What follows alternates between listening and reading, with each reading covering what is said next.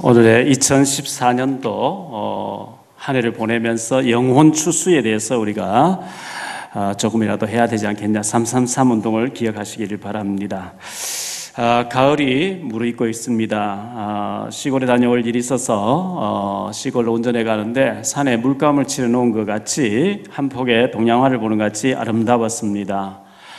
시인 고은 시인은 가을엔 편지를 하겠어요. 누구라도 그대가 되어 받아주세요 했는데, 이 가을에 우리가 333 운동에 지금부터 이렇게 여러분들 생명 살 준비를 하셔서 생명의 열매를 맺는 그런 역사가 있게 되시기를 바라고요. 10월의 마지막 날 10월 31일은 마틴 루터가 종교개혁을 일으켜서 개신교회가 탄생되어진 그런 날입니다. 500년 전에 그런 일이 일어났죠.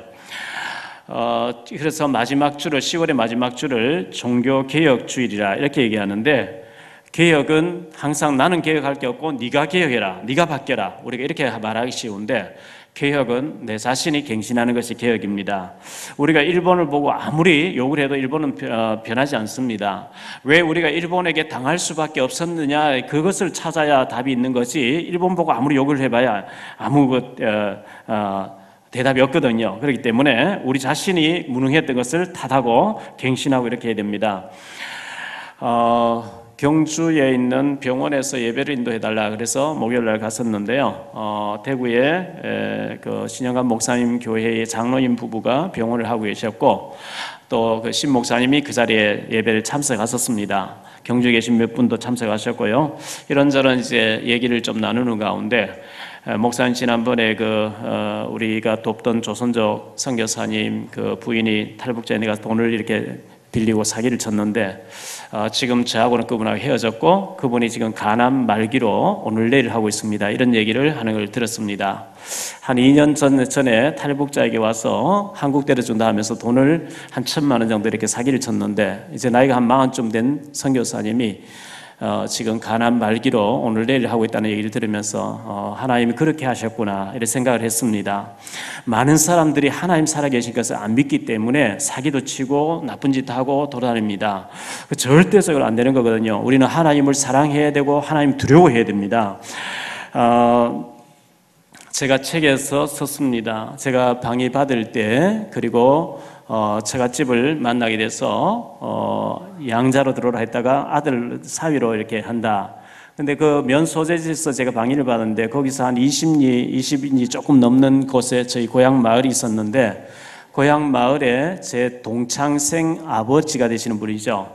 그 장로님이 저희 알코올 중독자 되시는 셋째 형님이 농사지고 계시는 거기 가서 자네 동생 용배를 내가 사랑하고 걔가 참 믿음 좋다고 소문난 애인데 이 장로 집에 사역이 된다니까 자네 가서 말려라. 이 장로는 내가 잘 아는데 아주 그 혈통이 안 좋은 집안이다, 나병자 집안이다, 이렇게 얘기를 했단 말이죠. 그러니까 우리 그 셋째 형님이 안 그래도 이성을 잃어버린 사람이고 알코올 중독자로서 얼굴을 다 갈아서 이렇게 다니는 사람인데, 술병을 들고 와서 제 이름 부르면서 용별색이 안 나오면 죽인다, 너 문둥이 따라 결혼하면 죽인다, 막 이렇게 계속 소리 지르는데요.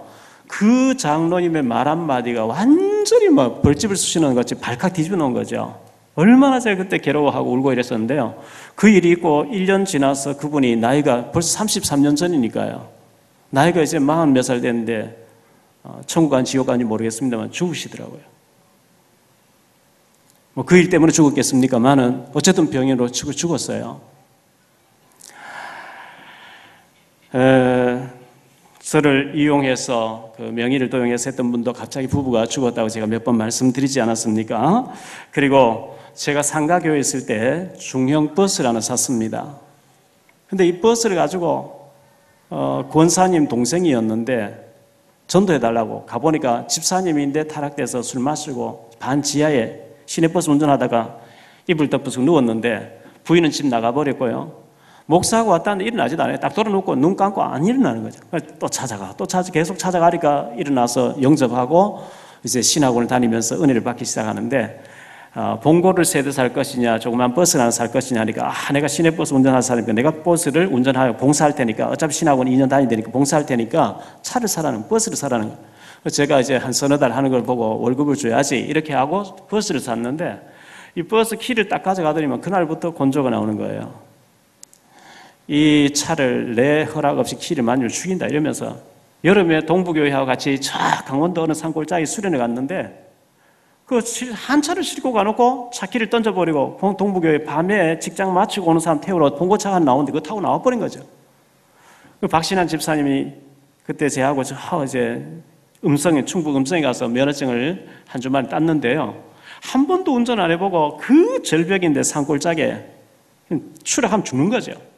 한 차를 태우고 나오는데 완전히 비가 앞이 안 보이고 비가 막 쏟아지는 거죠. 그때 제가 이거는 용서 못한다. 수많은 성도들의 생명을 담보로 해가 장난쳐. 이거는 용서를 못한다. 그래서 뭐 어떻게 사고 안 내고 끌고 왔어요. 오니까 키를 내놔라고. 내 허락 없이 키를만 죽인다고. 와, 그래서 제가 하도 열받아서 왜 교회 차를 가지고 이렇게 사람 장난치냐. 차 팔아라. 차 팔았어요.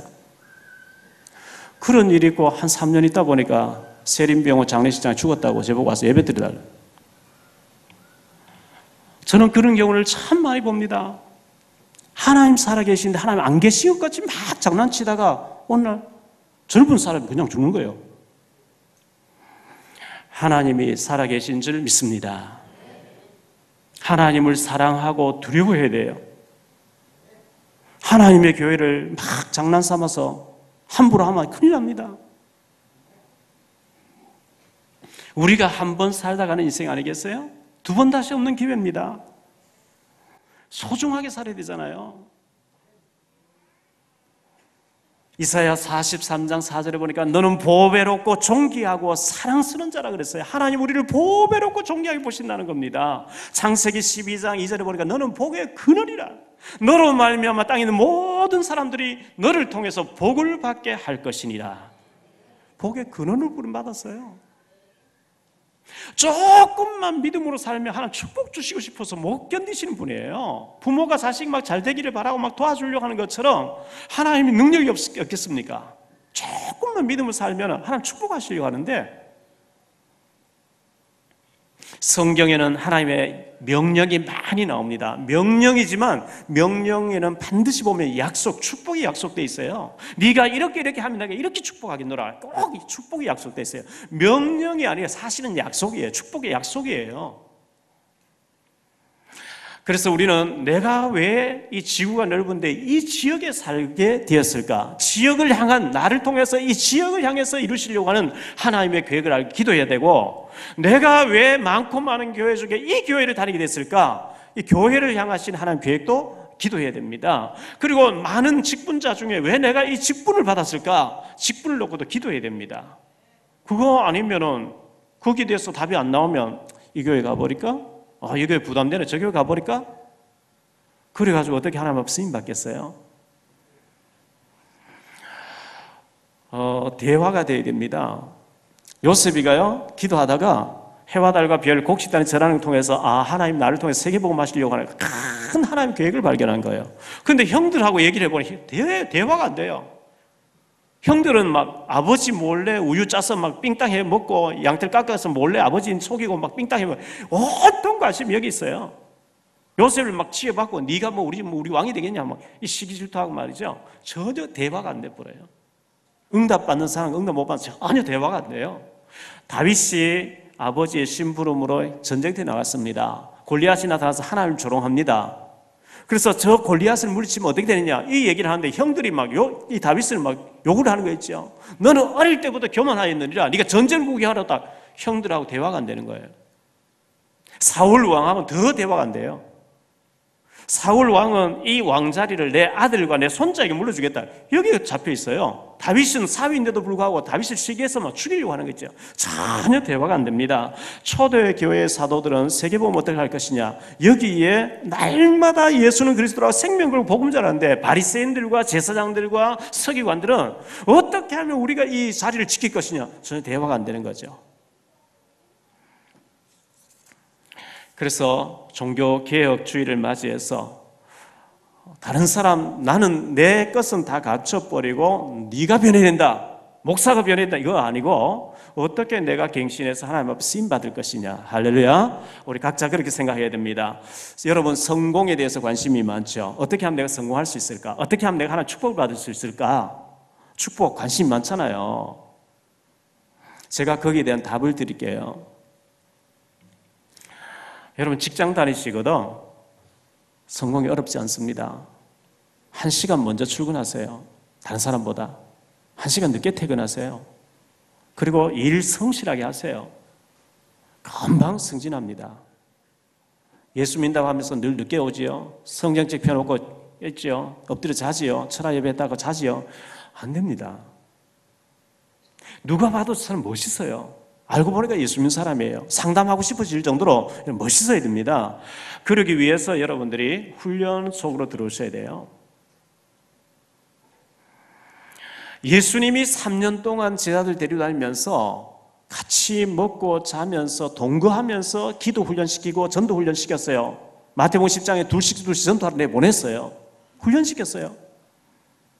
사도행전 19장 8절로 20절에 바울은 에베소에서 두란노 학교를 세우고 2년 동안 날마다 훈련시켰대요.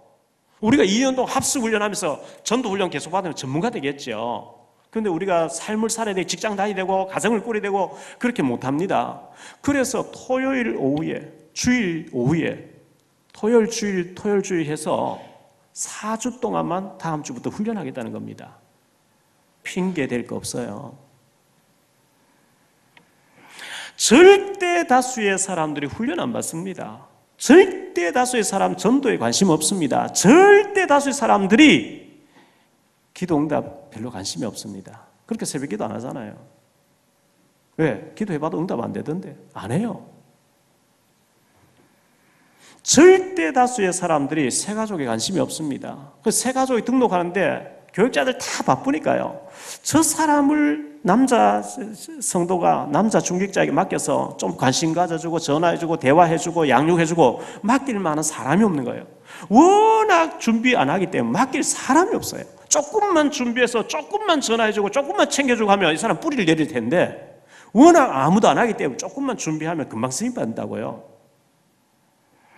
네덜란드 철학자 스피노자는 이런 얘기 했습니다. 내일 지구 종말이 와도 나는 오늘 사과나무를 심겠다. 내일 지구 종말이 온다. 오늘 무슨 사과나무를 심어요. 스피노자는 또 이런 얘기를 했습니다. 할 수 없다는 것은 하기 싫다는 얘기다. 여러분 훈련 안 받잖아요. 하기 싫다는 얘기죠. 축복 안 받겠다는 얘기죠. 김대중 전 대통령의 최측근이었던 권노갑이라는 사람 있죠. 나이가 90세 됐는데 지금 영문학 박사학위 도전한다는 거예요. 계속 신문 나죠. 멋있잖아요. 나이가 90 됐는데 노인정에 가서 앉아있을 텐데 박사학위 받겠다 계속 지금 공부하고 있다는 거예요. 훈련 받아야 됩니다. 훈련 받으면 하나님의 큰 그림이 보이기 시작합니다.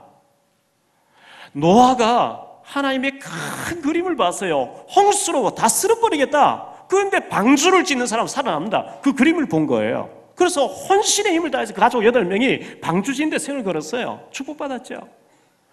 요셉이가 하나님의 큰 그림을 보았습니다. 해와 달과 별이 저랑 통해서 곡식단 저랑 통해서 애굽에 가서 하나님을 설명해야 되는 거구나. 세계보험의 그림을 보았어요. 그러니까 뭐 낙심하지 않죠. 누명수 감옥 가도 정치 배우는 기회를 삼고 절대 흔들리지 않습니다. 모세가 하나님의 큰 그림을 보았습니다. 출애굽시켜야 된다는 거, 모세 오경을 기록해야 된다는 큰 그림을 보았습니다. 다윗이 큰 그림을 보았어요. 골리앗을 물리치고 하나님 성전을 지어서 전 백성들이 의뢰받게 해야 돼. 그래야 이 민족이 살게 되는구나. 큰 그림을 보았습니다. 그래서 성전 준비하는데 생을 걸었습니다. 다니엘이 하나님 큰 그림을 보았어요. 바벨론의 포로로 끌려가지만 저 강대국 바벨론, 지금 이라크라는 나라에 하나님을 설명해야 된다고 하는, 정의를 위해 간다고 하는 큰 그림을 보았습니다. 흔들리지 않습니다. 예수대가 하나님 큰 그림을 보았습니다.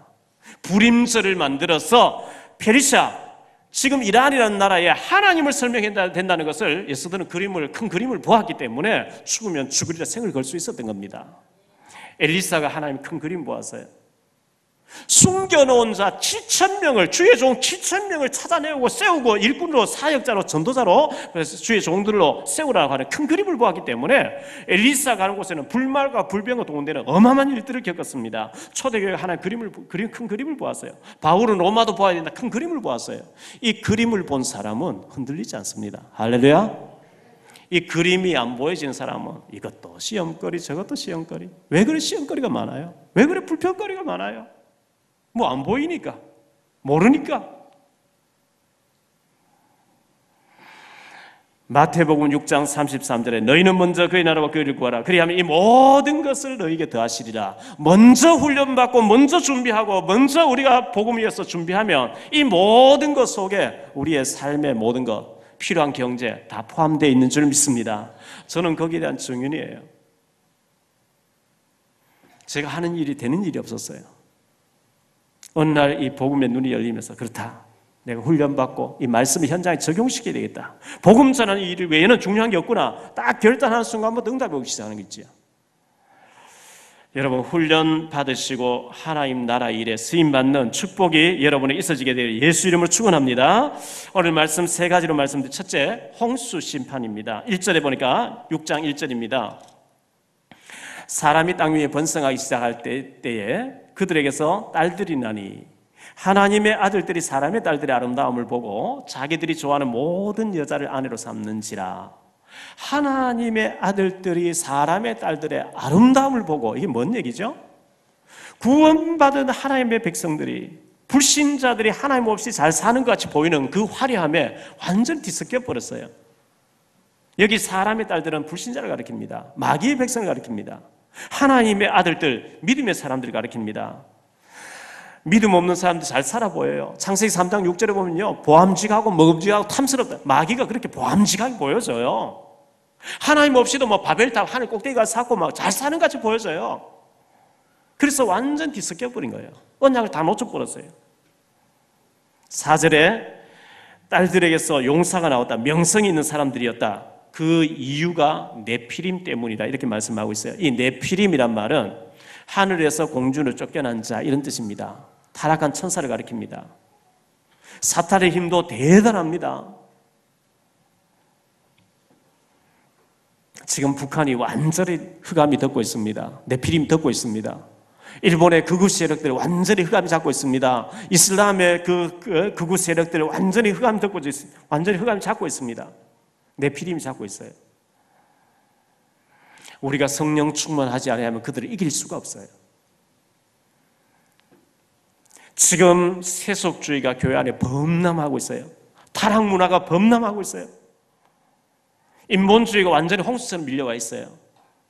복음 전도에 관심 없습니다. 그냥 먹고 즐기고 타락으로 가득 차요. 그게 세속의 물결이 완전히 교회를 덮고 있는 이때에 하나님께서 우리에게 방주운동, 그리스도운동 하라고 명령하시는 줄 믿습니다. 5절에 여호와께서 사람의 죄악이 세상에 가득함과 그의 마음으로 생각하는 모든 계획이 항상 악할 뿐임을 보시고, 생각의 저주입니다. 생각 자체가 하나님 앞에 복이 되어야 되는데, 나는 구원받았는데 저 구원 못 받은 사람 참 불쌍하구나, 지옥을 향해 가는데 참 불쌍하구나, 어떻게 하면 저 사람 전도할 수 있을까, 생각이 거룩해야 되는데 모든 계획이 항상 악할 뿐임을 보시고, 열왕기상 8장 17절 18절에 지난주에 말씀드렸어요. 다윗의 마음속에 하나님의 성전을 건축해야 되겠다. 이 마음이 있음이 네게 좋도다. 내가 네 이름을 존귀하게 위대하게 만들어주겠다.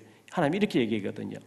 하나님의 성전을 지어서 전 백성들이 성전에 모여서 은혜 받고 성전 중심으로 믿음으로 살게 만들어야 돼요. 다윗의 마음이 이게 있었는데 네 마음속에 그 마음이 있음이 네게 좋도다. 내가 너를 존귀하게 만들어주리라.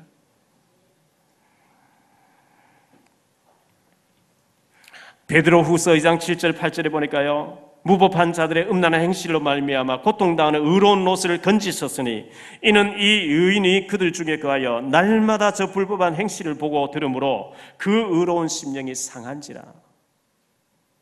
소돔 고모라 성에 살고 있던 아브라함 조카 롯이 그 사람들이 동성애를 하고 타락하고 범죄를 보면서 마음 아파했대요. 의로운 심령이 상했대요. 그런데 의인 롯이라고 이름을 붙여줬어요. 오늘 말씀 6장 6절로 7절에 보니까 땅 위에 사람 지으셨음을 한탄하사 마음에 근심하시고 이르시되 내가 창조한 사람을 내가 지면에서 쓸어버리되 사람으로부터 가축과 기는 것과 공중의 새까지 그리하리니 이는 내가 그것들을 지었음을 한탄함이니라 하시니라. 홍수가 범람하고 있습니다. 세속 물결 인본주의가 완전히 범람하고 있는 이때에 두 번째로 생각할 말씀은요, 너를 위해서 방주를 지어라. 누구를 위해서 아닙니다. 너를 위하여. 13절에 오늘 말씀 13절입니다.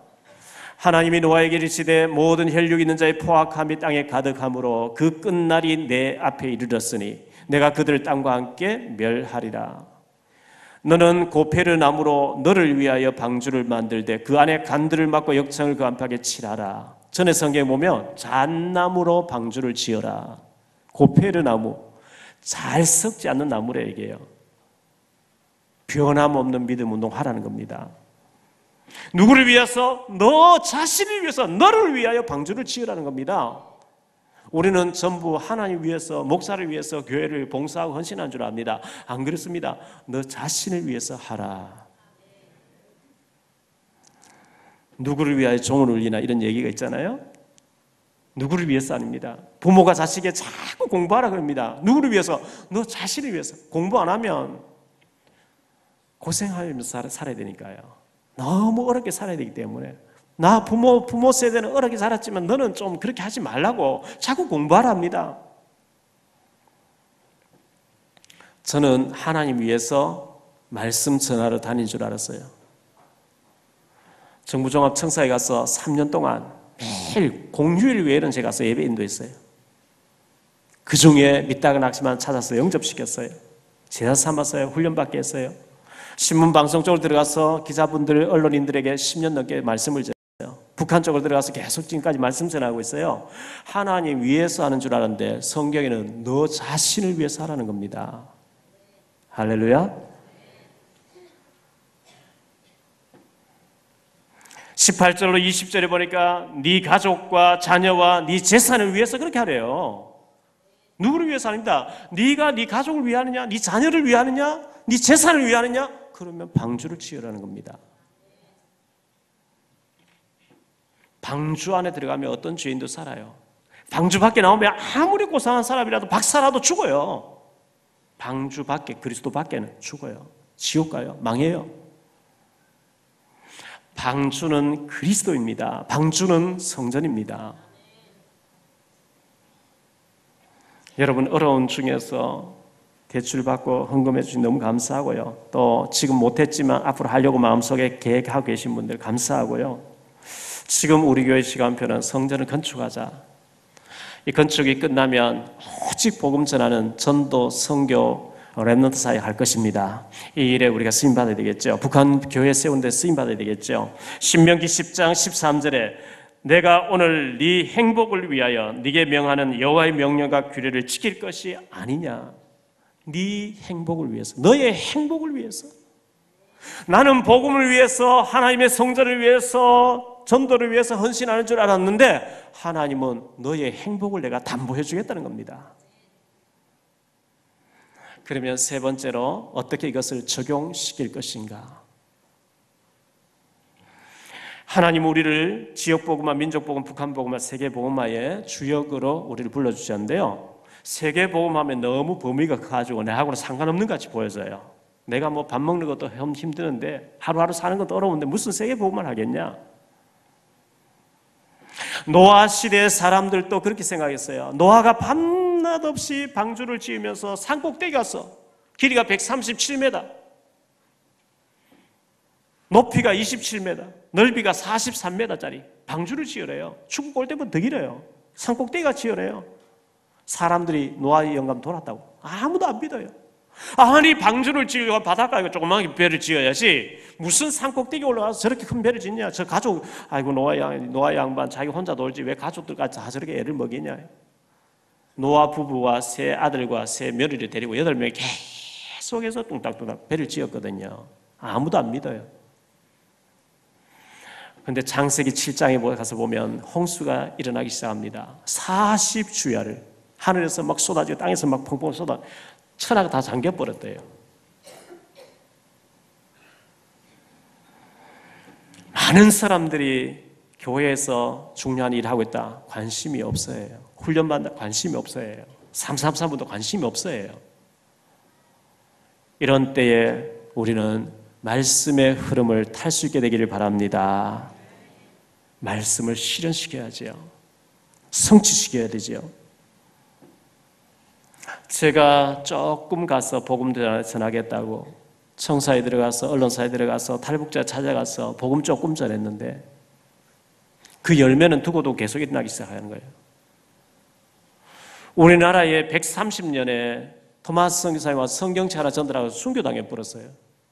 150년 전에 동방에 고요한 나라 영국에 어떤 분이 와서 한국의 조선을 둘러보고 쓴 책이 제인돼 있어요. 희망이 없는 나라다. 너무 부패 있는 나라다. 충신이 나오면 역적으로 몰아서 감옥 보내버려. 간신배들이 왕 앞에 줄줄 해가지고 희망이 없는 나라다. 너무 부패되어 있다.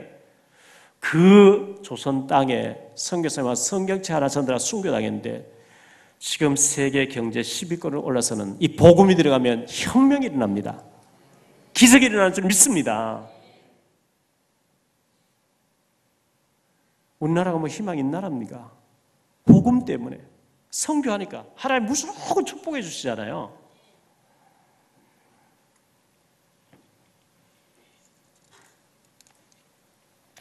하나님의 손에 달려있는 줄 믿습니다.